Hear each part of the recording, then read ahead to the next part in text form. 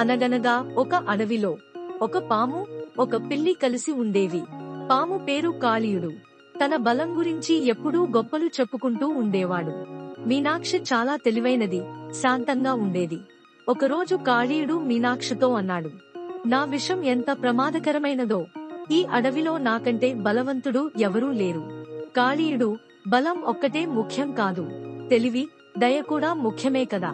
కాళీయుడు కోపంగా బుసకొట్టాడు, నీకేం తెలుసు? బలవంతుడే అన్నిటినీ గెలుస్తాడు. కొన్ని రోజుల తర్వాత అడవికి ఒక కొత్త జంతువు వచ్చింది.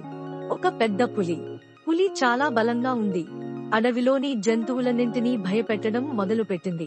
కాళీయుడు తన బలం ఉపయోగించి పులిని ఎదుర్కోవాలని ప్రయత్నించాడు. పులి చాలా బలంగా ఉండటంతో కాళీయుడిని సులభంగా ఓడించింది. ఈ వీడియో నచ్చినట్టయితే లైక్ చేయండి, షేర్ చేయండి. నా వీడియోస్ ఇంకా కావాలంటే సబ్స్క్రైబ్ చేసుకోండి.